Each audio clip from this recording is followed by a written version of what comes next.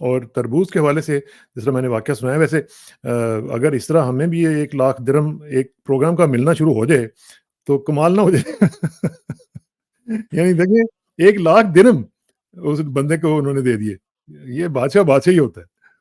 جی بالکل، ایکچولی یہ حدیث مبارکہ سے نبی صلی اللہ علیہ وسلم سے محبت کا ایک اظہار تھا ان کا، بادشاہ بے صاحب شک، کا، بے شک، بے مامون۔ شک۔ تو اس اچھا، میں تربوز کی اہمیت اس لیے کہ بادشاہ ہیلتھ کانشیس ہوا کرتے تھے، اور اس زمانے میں یہ رواج تھا، چونکہ نبی صلی اللہ علیہ وسلم کے دور کا قریبی دور تھا یہ، تو ان میں یہ شوق تھا کہ کوئی حدیث مبارکہ ایسے کسی صاحب سے پہنچے جنہوں نے براہ راست سنا ہو، تو ہاں، یہ جو بزرگ تھے انہوں نے براہ راست سنی تھی چونکہ حدیث مبارکہ، تو اس لیے بھی شاید ان کو زیادہ پسند آئے۔ تو باقی 1,00,000 درہم نہ ملے تو 1,00,000 نیکیاں تو مل جائیں گی انشاءاللہ مجھے اور آپ کو۔ انشاءاللہ، انشاءاللہ اور وہی زیادہ میٹر بھی کرتی ہیں، وہی میں نے جو حدیث بھی سنائی ہے کہ اصل بات تو دل کی ہے، اصل جی بات کثرت مال کی نہیں ہے، اصل بات تو یہ ہے کہ دل کیسا ہے آپ کا۔ صحیح فرمایا۔ ایبسلیوٹ۔ تربوز کے حوالے سے آپ نے ایک حدیث سے یہ واقعہ بیان کیا۔